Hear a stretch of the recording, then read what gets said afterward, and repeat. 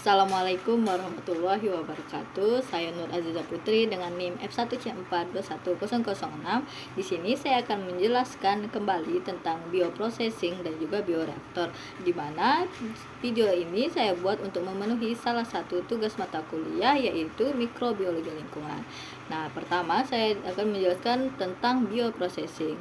Apa itu bioprocessing? Merupakan proses spesifik yang menggunakan sel hidup lengkap atau komponennya, misalnya bakteri, enzim, kloroplast, untuk mendapatkan produk yang diinginkan, atau dapat pula diartikan suatu teknik di mana kita dapat menggunakan sumber daya hayati seperti sel hidup dengan menggunakan mesin yang dapat menggunakan produk seperti enzim metabolit dan lain-lain, yang dimana memiliki relevansi biomedis.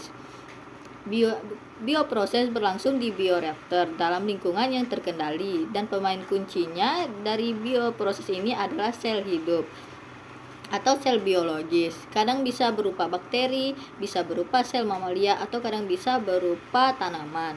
Nah, contoh jenis produk yang dapat dihasilkan dengan menggunakan metode bioproses ini itu pada produk protein rekombinan yang digunakan untuk penelitian biomedis. Sehingga semua jenis produk ini dapat dihasilkan menggunakan bioproses dalam lingkungan yang terkendali.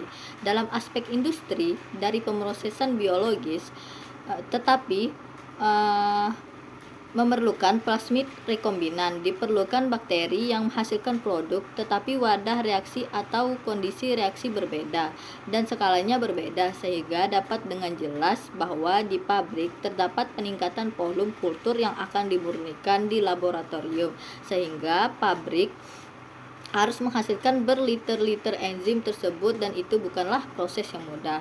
Nah, di dalam industri, bioproses memiliki stok benih. Jadi, stok benih ini mengandung bakteri yang akan mentransfeksi bakteri tersebut dengan plasmid yang ingin diekspresikan di dalam bakteri ini. Secara bertahap akan meningkatkan volume kultur dari kultur yang kecil ke volume kultur yang besar, dan pada akhirnya akan membawa kultur ke dalam reaktor fermentasi atau bioreaktor. Di bioreaktor, produk kultur akan dipanen, jumlah bakteri akan bertambah. Produk perlu dapat diambil dari semacam pemisahan atau disebut dengan metode kromatografi. Kemudian ini akan terjadi beberapa putaran tahap pemurnian, tahap pemolesan, dan pada akhirnya akan melewati kendali mutu yang dimiliki. Untuk mengetahui apakah produk yang dihasilkan benar-benar berfungsi atau tidak, apakah boleh dilepas di pasaran, maka dilakukan langkah yang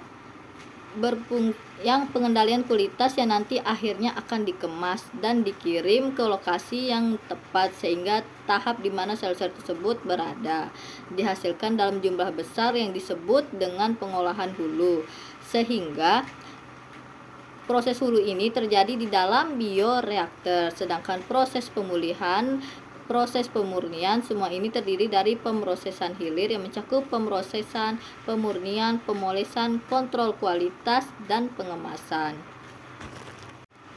Lalu, adapun proses hulu di sini mencakup pengembangan media, pengembangan inokulum, perbaikan inokulum melalui proses rekayasa genetika. Jadi semua proses biologi molekuler pada langkah awal dan pada akhirnya mengoptimalkan kinetika pertumbuhan sehingga harus mencapai pertumbuhan. Semua hal ini akan menjadi penting ketika membuat produk enzim dalam keterampilan industri. Dalam pemrosesan hilir ini mengacu pada pemulihan dan pemurnian produk biosintetik yang dihasilkan dalam proses hulu. Selanjutnya ada pemrosesan hilir, di mana langkah-langkahnya itu pertama itu konsentrasi kaldu, media bekas dan pekat jika produknya bersifat ekstraseluler. Kedua yaitu penghilangan air. Jika jumlah produk yang sedikit ditemukan dalam volume media bekas yang sangat besar, volumenya dikurangi dengan menghilangkan air untuk memekatkan produk. Hal ini dilakukan dengan pengeringan volume atau osmosis balik. Lalu yang ketiga yaitu pemurnian awal metabolit.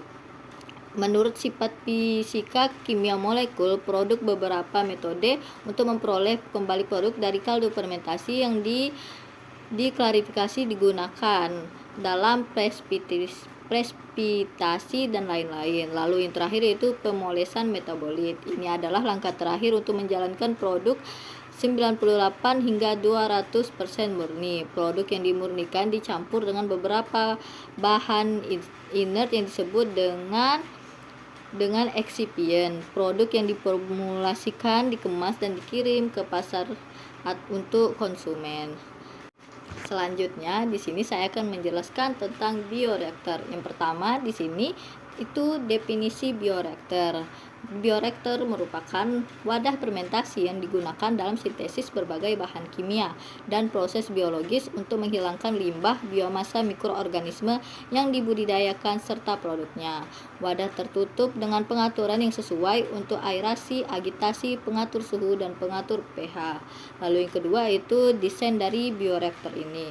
Karakteristik penting yang harus ada pada bahan yang digunakan untuk membuat bioreaktor yaitu pertama, tidak boleh korosif. Lalu yang kedua, senyawa beracun tidak boleh ditambahkan ke media fermentasi. Selanjutnya itu harus mampu untuk tahan terhadap prosedur sterilisasi uap. Yang keempat, bioreaktor harus mampu menahan tekanan tinggi dan tahan terhadap variasi pH. Yang terakhir yaitu tergantung pada penggunaannya. Ukuran bioreaktor dapat bervariasi secara signifikan mulai dari sel mikroba, labu kocok, fermentator, ukuran laboratorium, hingga pabrik tingkat percobaan.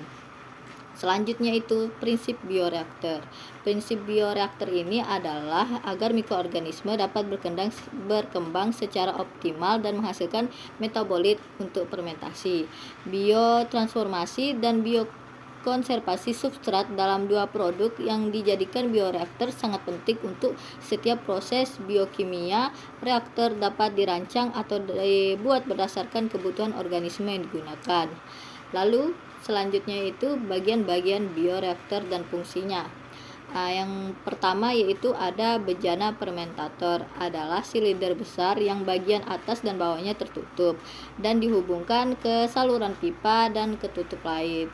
Desain bejana memungkinkan berfungsi dapat lingkungan yang terkendali. Selanjutnya yaitu peralatan pemanas dan pendingin. Jadi pendingin yang menyuplai air pendingin ini dan menyegel bejana fermentator di luar. Lalu selanjutnya yaitu sterilisasi pada media.